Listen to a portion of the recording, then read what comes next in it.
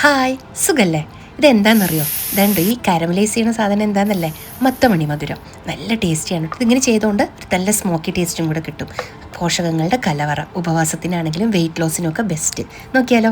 അപ്പോൾ അതിനൊരു 50 ഗ്രാം മത്തങ്ങയുടെ കുരു ഞാൻ വെള്ളത്തിൽ കുതിരാൻ ഇട്ടിരുന്നു കേട്ടോ. ഒരു 6-7 മണിക്കൂർ കുതിരാനിട്ടുണ്ട്. തോല് കളയണം നമുക്കതിൻ്റെ. അപ്പോൾ അതിൻ്റെ തോല് മാറ്റാൻ വേണ്ടിയിട്ട് നമുക്കിതിലേക്ക് 1 സ്പൂൺ അരിപ്പൊടി ചേർത്ത് കൊടുക്കാം. അപ്പോൾ അരിപ്പൊടി ചേർക്കുമ്പോൾ ആ ഒരു പരിപരിപ്പുള്ള കാരണം നമുക്ക് ഈ തോല് നന്നായിട്ട് കളയാൻ പറ്റും. എന്നാലും മുഴുവനായിട്ടൊന്നും പോവില്ല കേട്ടോ. ഇത് കുറച്ചൊക്കെ ഉണ്ടാവും, കുഴപ്പമില്ല. എന്നാലും മാക്സിമം നമുക്കിത് കളയാൻ ശ്രമിക്കാം. അപ്പോൾ ഇത് ഇത്രയും കളഞ്ഞിട്ടുണ്ട് കേട്ടോ. ഇതിപ്പോൾ നന്നായിട്ട് കഴുകി ക്ലീൻ ചെയ്തെടുക്കണം. അപ്പോൾ ഇതിൻ്റെ കൂടെ നമുക്ക് ഒരു സ്പൂൺ പച്ചരി കൂടി ചേർത്ത് കൊടുക്കണം കേട്ടോ.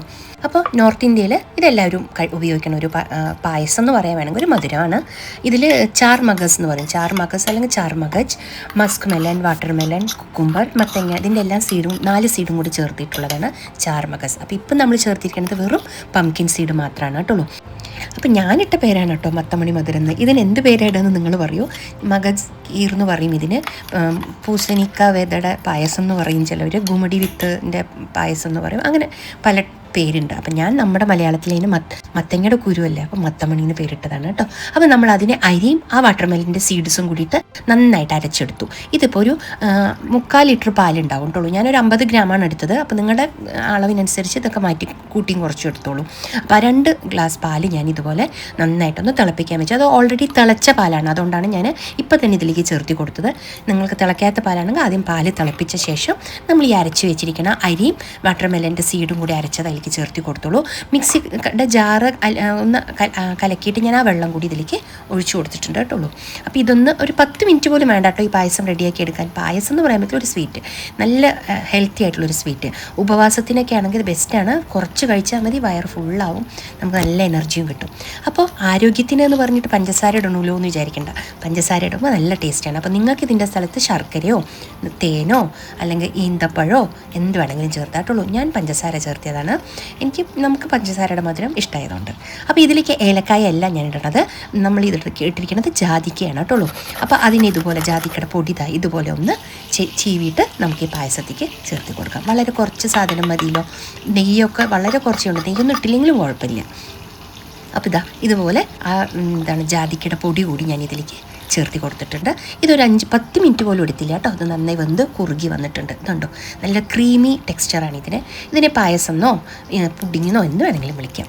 എന്നിട്ട് നമുക്കൊരു സ്പൂൺ നെയ്യിൽ മത്തങ്ങയുടെ കുരു തന്നെയാണ് ഞാൻ ഇതിലേക്ക് വറുത്തിടുന്നത് കേട്ടോ. കാജു, ബദാം, കിസ്മിസ് എന്ത് വേണമെങ്കിലും നിങ്ങൾക്ക് അതിൻ്റെ കൂട്ടത്തിൽ ഇട്ട് കൊടുക്കുക. ഞാനൊരു 4-5 ഉണക്ക മുന്തിരിങ്ങ കൂടി അതിലേക്ക് ചേർത്ത് കൊടുത്തിട്ടുണ്ട്.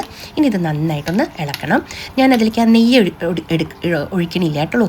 ഞാൻ അതിലേക്ക് ആ വറുത്തിട്ട് നട്ട്സ് മാത്രമാണ് എടുത്തിരിക്കുന്നത്. ആ നട്ട്സ് ഇതിലേക്ക് ചേർത്ത് കൊടുക്കണം. ഞാൻ പറഞ്ഞു ഇതിനൊരു സ്മോക്കി ടേസ്റ്റ് കൂടി വേണം. കുറച്ച് കാരമലൈസ് ചെയ്യണം നമ്മളുടെ പഞ്ചസാര. നിർബന്ധമില്ല, പക്ഷെ അങ്ങനെ ചെയ്ത് കഴിഞ്ഞാൽ നല്ലൊരു ടേസ്റ്റിയാണിത്. കുട്ടികൾക്കൊക്കെ നല്ല ഇഷ്ടമാവും. അപ്പോൾ ഫ്രിഡ്ജിൽ വെച്ച് തണുപ്പിച്ചിട്ടോ ചൂടോടെ എങ്ങനെ വേണമെങ്കിലും കഴിക്കാം. അപ്പോൾ കാരമലൈസ് ചെയ്യണത് ഇങ്ങനെയാണ് കേട്ടോ. 1 സ്പൂൺ പഞ്ചസാര എടുത്തിട്ട് നമ്മുടെ ബൗളിലേക്ക് ഇട്ട് കൊടുത്തോളൂ. കഴിക്കാനോ ഏതാണെന്ന് വെച്ചാൽ അതിൽ ഇട്ട് നന്നായിട്ട് ചൂടായിട്ടുള്ളൊരു സ്പൂൺ എടുത്തിട്ട് ഇതുപോലെ ഇങ്ങനെ വെച്ച് കൊടുക്കുക. സ്പൂൺ നന്നായിട്ട് ചൂടാക്കണം. എന്നിട്ട് ഇതുപോലെ വെച്ച് കൊടുക്കുക കേട്ടോ. അപ്പോൾ അത് കാരമലൈസായിട്ട് മുകളിലേക്ക് ഇങ്ങനെ കാണാനും നല്ല ഭംഗിയാണ്.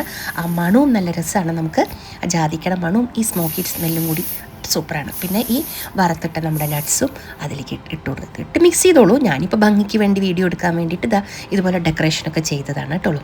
അപ്പോൾ നോക്കൂ, നമ്മുടെ മത്തമണി മധുരം അല്ലെങ്കിൽ മത്തങ്ങക്കുരു പായസം എങ്ങനെ വേണമെങ്കിലും പറയാം.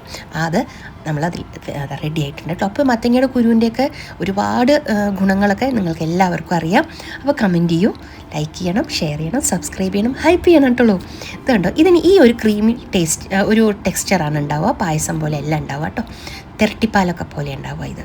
അപ്പോൾ ഞാൻ ഫ്രിഡ്ജിലേക്ക് വെക്കണ മുമ്പ് ആ പാത്രത്തെയും കൂടി ഒന്ന് കാരമലൈസ് ചെയ്തിട്ട് അടച്ച് ഞാനിത് ഫ്രിഡ്ജിൽ വെക്കും കേട്ടോ.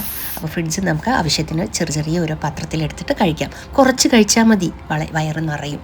അപ്പോൾ ഇത് നല്ലതാണെന്ന് പ്രത്യേകിച്ച് പറയേണ്ട കാര്യമില്ലല്ലോ. അപ്പോൾ നല്ല വീഡിയോസൊക്കെ ആയിട്ട് നമുക്ക് വീണ്ടും കാണാം കേട്ടോ. Okay, by.